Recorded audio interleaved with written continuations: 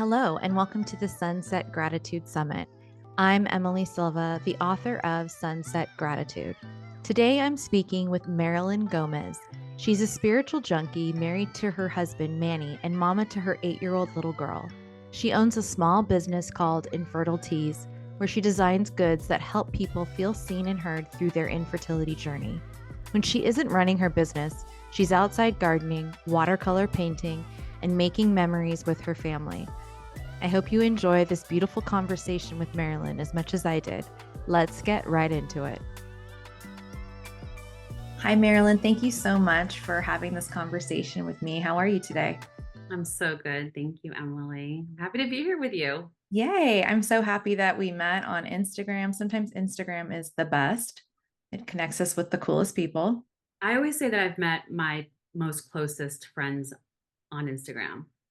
So I feel like, yeah, I feel like you can be, well, for me anyway, so authentically yourself. That's like, okay, here I am. Like, you get to choose whether you want to take me this way.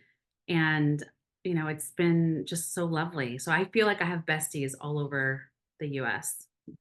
Well, let's talk about that because you are very vulnerable and honest on your Instagram page. And I know there's been this trend of Instagram is fake, but you are pretty raw and honest because you have this brand and it's not the prettiest subject matter. So, can you tell me a little bit about how you do show up on Instagram authentically you?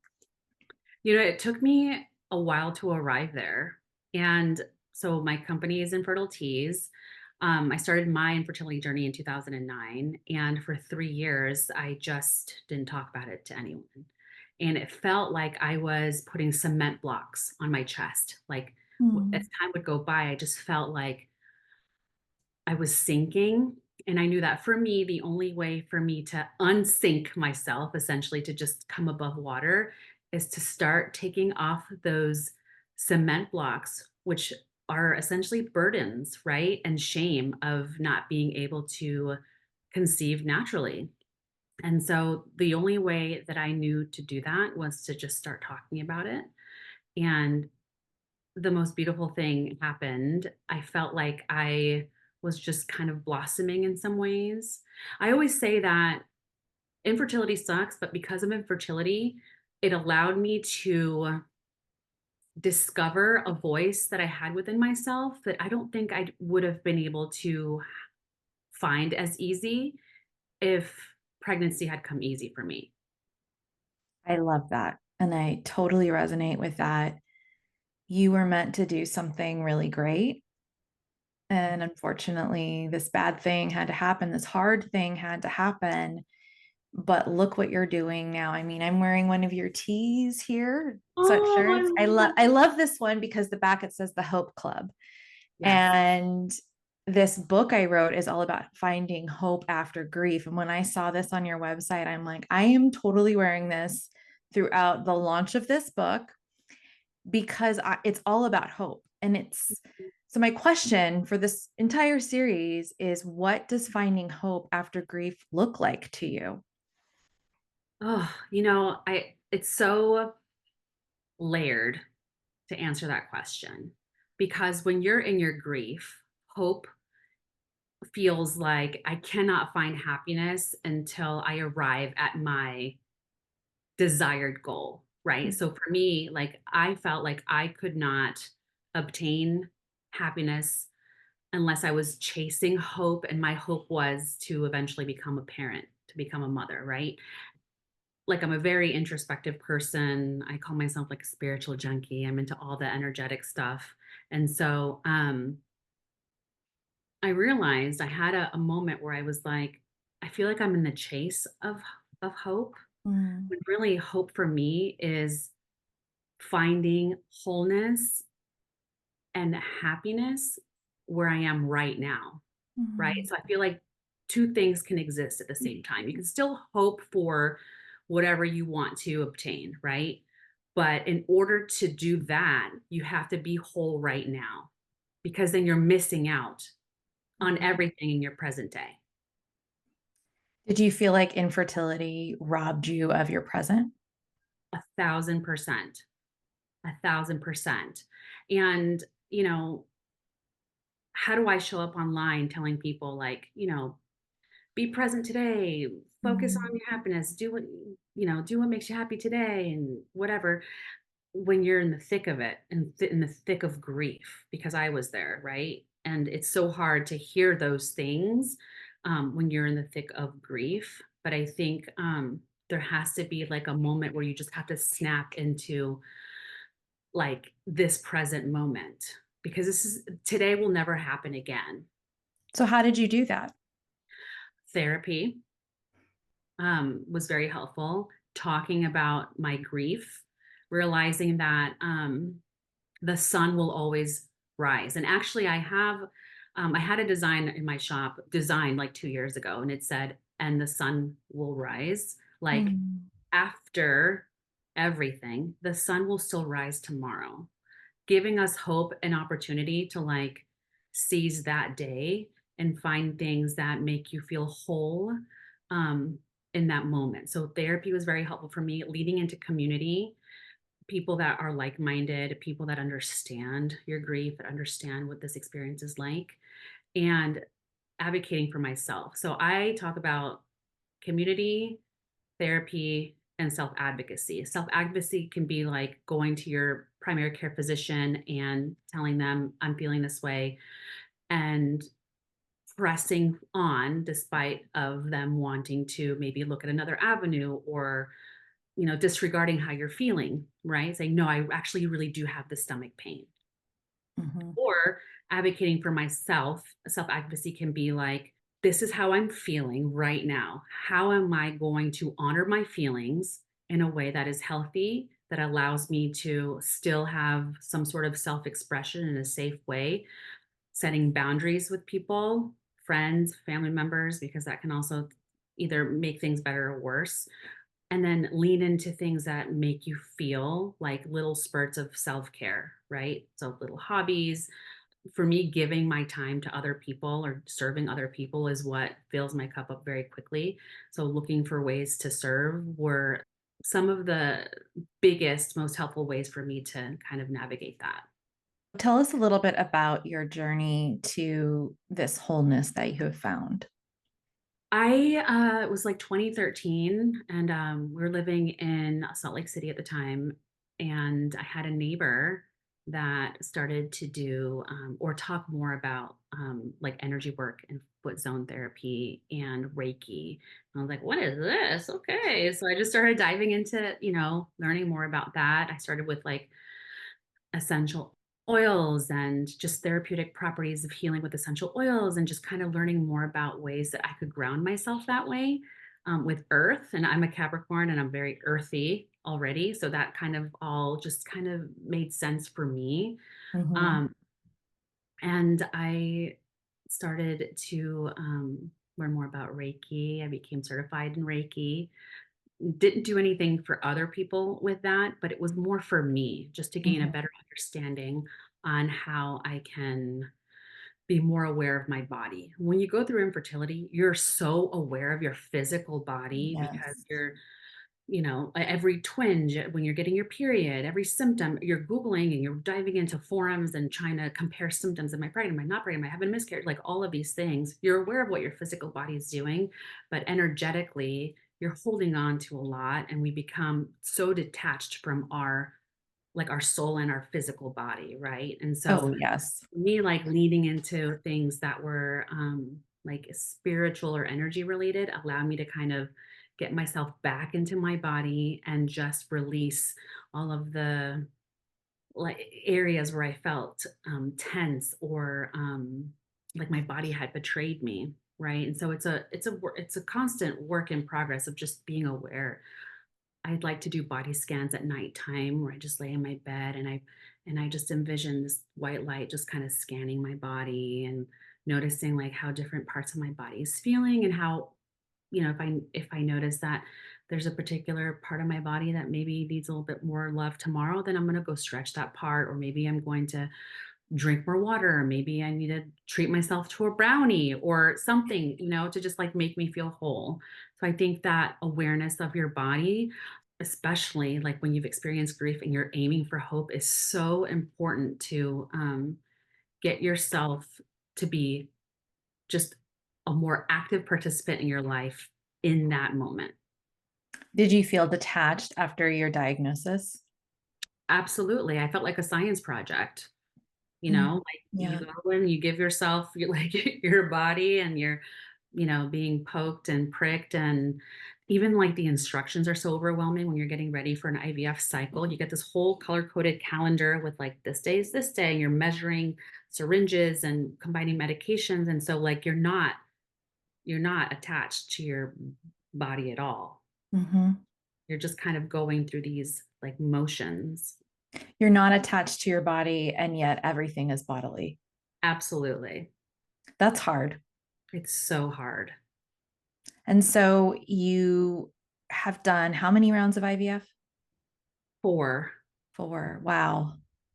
And you have a beautiful daughter. Yeah, she's turning 8 in just a few weeks. And so at what point did you say enough is enough? Was it after you had your daughter? Well, so when we were gearing up for our 3rd transfer, I was already in group therapy for almost a year. And going into my 3rd transfer, I knew I wanted to try one more time, and I knew that if it didn't work, that it was time to walk away because it Mhm. does rob so much of your life, like, not only financially, but emotionally. It affects your relationships, and it affects how you show up in your everyday life at work, with your friends, in your neighborhood, at different events. It's just a whole thing, right? And so I was like, "I cannot do this anymore." I just adopted a dog. We rescued a puppy, and I was like, if this doesn't work, I'm just gonna like adopt dogs.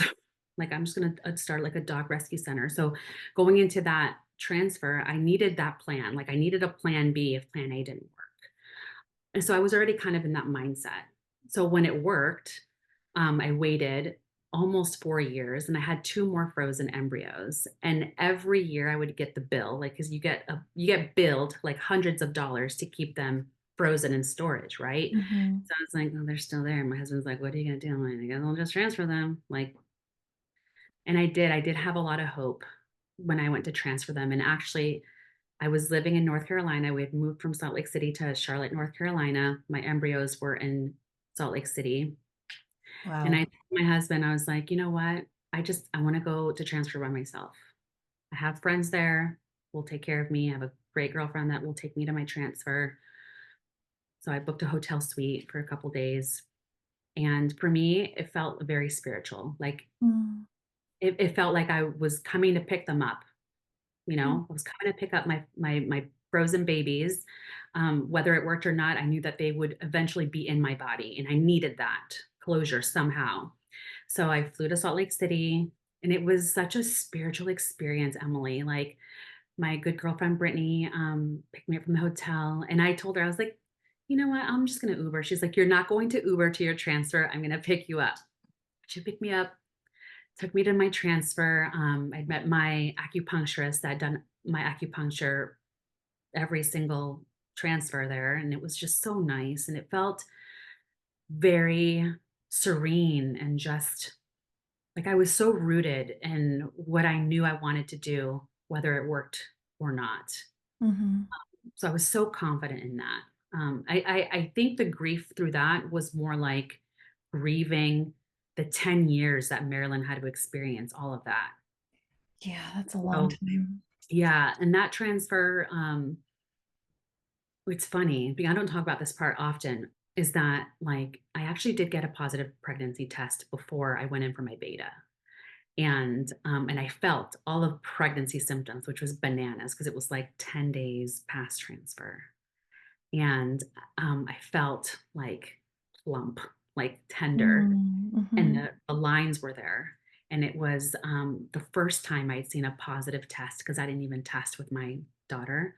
Mm. And I remember like looking at the test and just like not fully believing that's gonna work, but like, wow, it happened.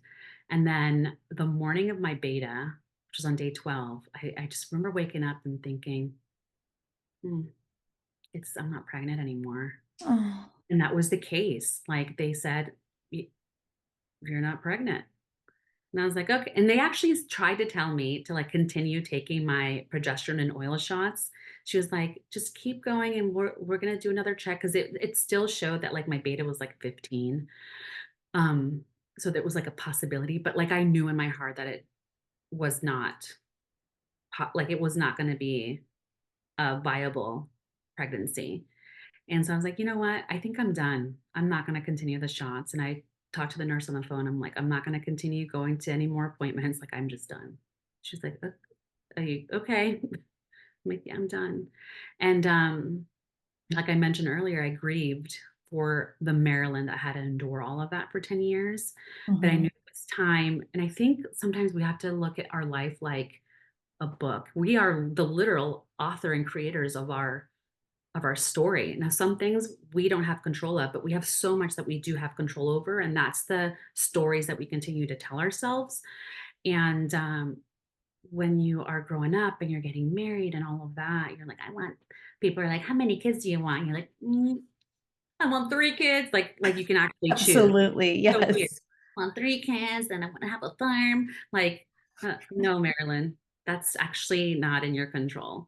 Mhm. So I knew that I had to rewrite a brand new story. That was the only way that I could make it through is just peel back the layers and the stories that I had pre-programmed myself that I wanted and just like start writing a whole new fresh one. And I think when you look at things with that brand new perspective, like I have this like pen and blank paper and I get to write the story now, like that's incredible. Mhm. And it sounds like a tool Hmm. that's so easy, right? Like, oh, just write a new story. But I'm sure it took you a while to get to that point where you were Oh, like, oh, yay, I get to write a new story. You weren't oh, like, absolutely. Yeah, it doesn't happen overnight, right? Like you, that's why it's so important to live in the present moment. mhm, Because if you're thinking so far ahead, then it gets so everything gets overwhelming. But if you just like take things to like the present day, like these are the things, these are the tools that I'm going to use today because this is how I'm feeling. Like I'm feeling the little fire or tightness in my chest. Like, my transfer was October 2019. mm, When Christmas came, it was just like felt the tightness in my chest. I was aware of like what I was going to be triggered by. I was going to be triggered by the stockings hanging on yeah, my fireplace. Oh, there's only three. Okay, yeah. you can grieve that you see only three, but you can also say, I have 3 stockings hanging on my fireplace. Like, how wonderful is that? And just begin to undo the ideas that we think that things were supposed to be like. But the only way that you can do that is if you are so aware of your physical body Yes. and like your emotional body, essentially, like what your thoughts are telling you. And did you have an outlet to talk this through other than therapy? Did you have friends, your spouse, family members? There anybody that was coming alongside you on this journey? Other people that have also walked away from having and expanding their family. So, like, we call them like triangle families, right? Mhm, So, other people that are experiencing the same types of thoughts, like leaning into those. But really, it felt more internal for me. I okay. started exploring EFT tapping and different ways to just express myself. Mhm, Um, because I think it had to make sense for me first before I even spoke it to other people that way. Like it took a little bit of time for me to do that. mhm. 'Cause I needed to understand it first. You needed to integrate your lessons before you Mm. shared them. Yeah, yeah. And just just to understand like the whole thing. Yeah, no, I totally understand that. And I think when we integrate, it is more powerful, Yeah, for sure. especially like with writing. It's like you got to integrate the lesson before you bleed on the page because there's another version of the story. Right now, you're just hurting. That's why we Yeah, have journals. 1,000%. 1,000%. Absolutely. When did Infertile Tees become what it is? So, it was about December, January that I knew I wanted to do something to just like a self-expression type of thing. Mm. People had commented on the t-shirt that I was wearing, which no one actually really saw because I was wearing a big hoodie during my transfer, but like the office staff saw my t-shirt, and then some people on Instagram. So the backtrack is that for my transfer, I wanted to wear a transfer day shirt. I'd never worn one before. Um, and I knew that this was going to be the last time. So I was like, let Mm. me find something cute. So I went on Etsy and scoured the internet. And I'm like, I cannot. And I was Googling infertile tees. Like I wanted t-shirts that were about it. So I was like, infertility t-shirts, infertile tees. And like nothing matched like my everyday stuff, like what I would wear, right? And so I was like, I would never wear that, but let me just like design my own. And I've always been really creative. I can draw and all of that. So I have my iPad Pro. I doodled a sketch. It was really cute. There's a local print shop. I was like, can you print this on a shirt? They're like, sure. They printed on a shirt. And so that was it. So come December, it was like January, I printed a few shirts and gifted them to a few of my friends that were going to have their transfers and they loved it. And they were like, oh my, everyone here is asking for these shirts. Like we need Mhm. shirts. And so I was like, okay. I created an Instagram account, called it Infertile Tees, because that's what I had Googled. Like Emily, it took me 4 seconds. I was like, Infertile Tees. Like that's just zero thought. Here's a heart, here's the font, here's a shirt. If you like it, send me a DM, send me a Venmo. And one day I woke up and I had so many DMs of people asking Mm. for shirts that I was like, oh my, I'm responsible for people's money and I'm gonna get this mixed up. Like I think this is a business. And I just kind of let my creativity and just like my sorrow and happiness and just quest to arrive at feeling whole to guide my designs and to kind of guide the path for me that led me here in 2024 where I am with Infertile Tees. But like I remember like the first 15 people that sent me selfies or like tagged me on Instagram that they were wearing my shirts to like their appointments. Mm. It felt like such I felt hugged and I felt like I was hugging them back. Oh, wow. Um, just like, you know, we're tied with this thread. And thread is just, you know, such an earthy thing, right? Like it comes from earth and it just felt like an extension of us both. Every Mhm. person that wears my stuff, I feel so humbled and honored because I know how they're feeling Mhm. because I was there and I'll never forget that. But I also know Mhm. what it feels like to find resolution and wholeness and acceptance in this new story that I've had to write. Tell me about the resolution because you and I both met because of Resolve, the organization, the National Infertility Association. How did you find Resolve? I found resolve, I think it was 2019, maybe even 2018. Someone tapped me on the shoulder and they're like, hey, do you want to join our 1 in 8 reel or what were we calling it at the time? Video loop. I don't even know what it's called now, but and I was like, yeah, sure. And then I started learning more about Resolve and the awareness that they have been advocating for, like for a very long time. Mhm. And 50 years this year. 50 years this year. Yeah. So every year I would just participate in National Infertility Awareness Week, you know, with my little girl with me. And actually, Mhm. it was before then because I do remember pictures. I was sharing a picture about Infertility Awareness Week while I was pregnant. So it was 2015 or 16. Let's talk about how far you've come with Resolve because you went to New York City during National Infertility Week this year and you were there. Tell us why you were there. It's very cool. So last year I went, I was invited last year and I remember getting the invite in my email. And, you know, I think to some extent I still experience a little bit of imposter syndrome, like little me, like what? Crazy. And the other person that I actually traveled with was experiencing the same type of imposter syndrome. And I have like the utmost respect and adore this woman and everything that she's done in the infertility community. I'm like, you're feeling this way? but you're like so incredible. But this is just like a normal thing, I think, because it's such a vulnerable exposure of what we've experienced. So it's Yeah. almost like I felt a big sense of responsibility of going to represent everyone that suffers this disease quietly. And so last year was just an incredible experience. And this year was just amazing. I think, like Resolve tapped me on the shoulder and asked me to design their legacy tee, their 50-year legacy t-shirt. And Which is beautiful. honestly, like I typically design about 4 to 6 graphics when I have a client and I present them with a portfolio of like 4 to 6 graphics to show. Like that was the first one that I did. It took me about 20-ish hours. Mm. And I remember thinking, there's just nothing else I can do other than like this is all I can come up with because I love this design so much. I want it to feel like a journey through advocacy, like resolved through the years.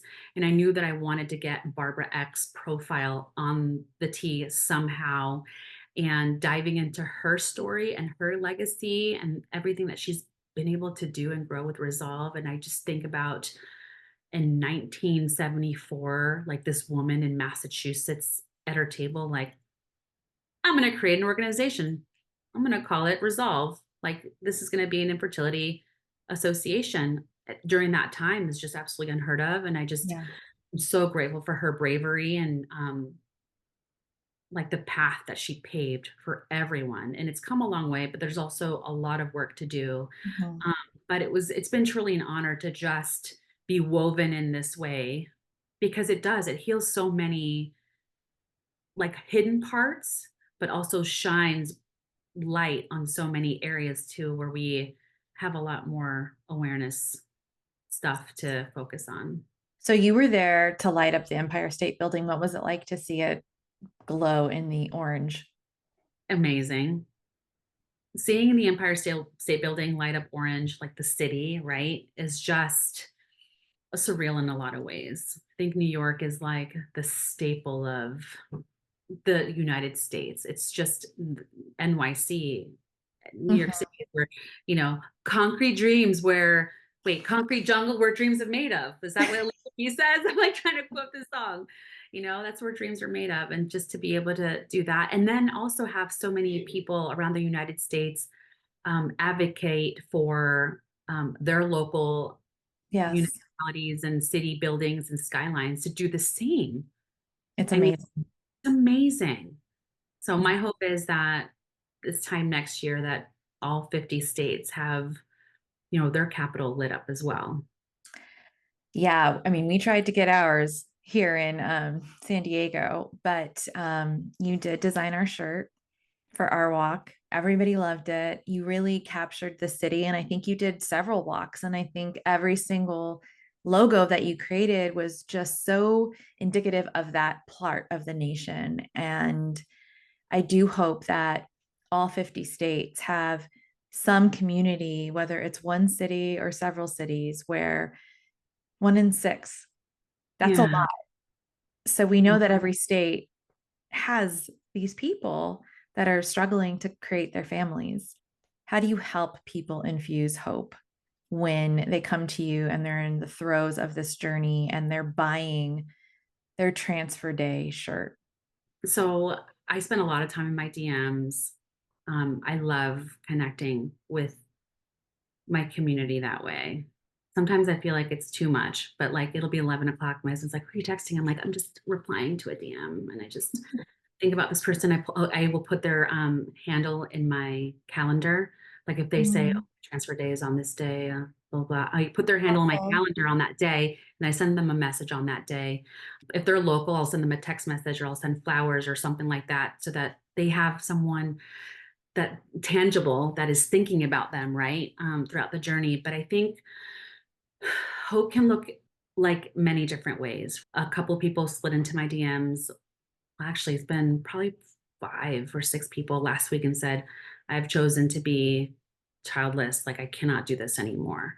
Well, now we hope for blooming. Now we hope for finding joy today, like life after closing this chapter of infertility. Now we hope for wholeness and togetherness while still experiencing grief because we are multidimensional humans, right? We're not just like, I'm sad today. It means I have to be sad all day. No, you can experience all of these emotions all at the same time. Like you absolutely can. It's possible. So it's like, the way that I infuse hope when they come to me, like, you know, this is what I'm experiencing is a validation. Yes, Mhm. you've Yes. gone through a very tough thing. Like it was a very real and raw experience. If you've decided to walk away from pursuing infertility treatments and now you're going to live childless, hope is honoring yourself, honoring your feelings, and blooming again because you will be whole again. It will just take time and being gentle with yourself. If Yeah. hope is, I have transfer coming up, this is my third transfer after, X amount of miscarriages. I'm sitting in the throes with you in hope. And I always say that in my messages like, I am sitting in hope with you. I am rooting for you. I am here for you. If you ever need help or just someone to kind of like be a soundboard. Soundboard, is that the word I'm looking Sounding for? board. Sounding board, yeah, because I think sometimes we feel so alone through the journey that we're like, I cannot believe that I'm experiencing this. Like, I just need someone Mhm. that's maybe not like my immediate friends and family because they hear from me all the time, like just the someone on the internet that can just hear me out. So the way that I infuse hope is just ensuring that they know that they are heard and that they are validated and that the rest, like they've done the best that they could. Like there's nothing else that you can do. You've done the best that you can. And I think just knowing that and ensuring that they know that they have so much control over how they want to continue next, like what tomorrow is going to look like for them. Yeah. Do you, even though you have all this resolve and you have this beautiful company and you're helping so many people, does grief ever still visit you? Absolutely. A Mm. 1000%. And it doesn't mean that like it's debilitating for me like it used to be, right? It Yeah. shows up almost like a shadow, right? Mm. Something that I can observe. So my daughter's turning eight in like 3 weeks, right? I have her in all these sports. She's got all these friends. Grief for me shows up as a shadow where I'm like, what is she thinking? Does she want a sibling? Like, does she think she's Oh, missing something in her life? Like, am I fulfilling enough for her? And then that's when you have to, like, I dig into my tool belt, right? yeah. And I say, your child can't miss something they've never had, right? That's just my projection, right? They cannot miss something they've never had or ever experienced, right? What children need to feel is love, Mhm. acceptance, warmth, safety. They want to be fed. They want their parents' attention or their guardian's attention.